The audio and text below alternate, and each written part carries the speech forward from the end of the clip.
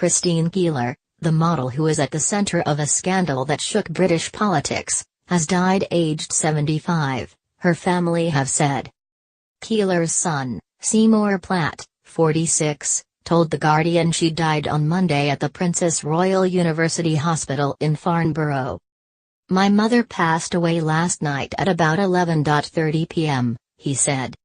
She had been ill for several months and was suffering with lung disease. It is over 50 years since John Profumo, Secretary of State for War, lied in the House of Commons about having an affair with call girl Keeler. The denial resulted in the exposure of a searing story of sex, suicide, intrigue and espionage, and demolished Profumo's world of red leather dispatch boxes, scrambler telephones and the panoply of a minister of the Crown. Keeler was briefly married twice, both ending in divorce. She had 2 sons, James from her first marriage and Seymour from a second, and a granddaughter, it was reported.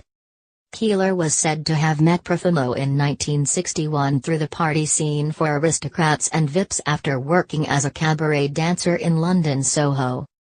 Profumo was a rising star of the Tory party, close to Prime Minister Harold Macmillan, a favoured visitor at Buckingham Palace, a war hero and the dashing husband of a famous film star.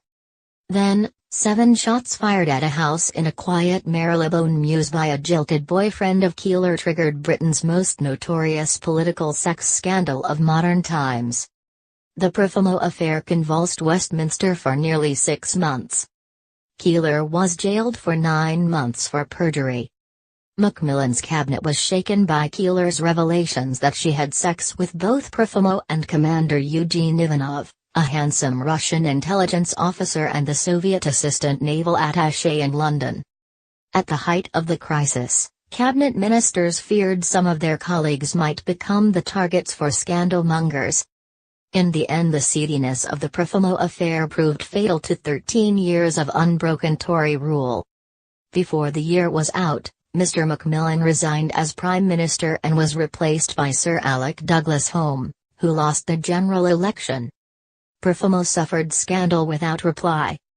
The summer he fell, he made a vow of silence and never opened his mouth again to answer any criticism or misrepresentation, however unfair. The only time he spoke of it was to his son David, who produced the memoir Bringing the House Down.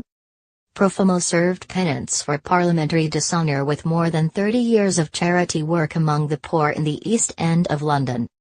Friends believe he more than made up for the ruin he brought on a brilliant political career. In 1975 he came in from the cold with a CBE for his work at Toynbee Hall, the East End settlement where he began the long road to rehabilitation, washing dishes and helping meths drinkers. Profumo's wife's death was a terrible blow to him, but he carried on his work as best he could. In 2003, the 40th anniversary of the Profumo scandal, all-party efforts were made in the Commons to restore his Privy Councillorship. Profumo died in hospital on March 9, 2006 after a stroke. In October, the Mirror reported how the scandal being turned into a TV drama. The trial of Christine Keeler will tell the personal story behind the political scandal in 1963 which helped to topple Harold Macmillan's Conservative government. The 6-part BBC drama by the writer of the hit show Apple Tree Yard will explore the 19-year-old dancer's concurrent relationships with Profumo and Eugene Ivanov.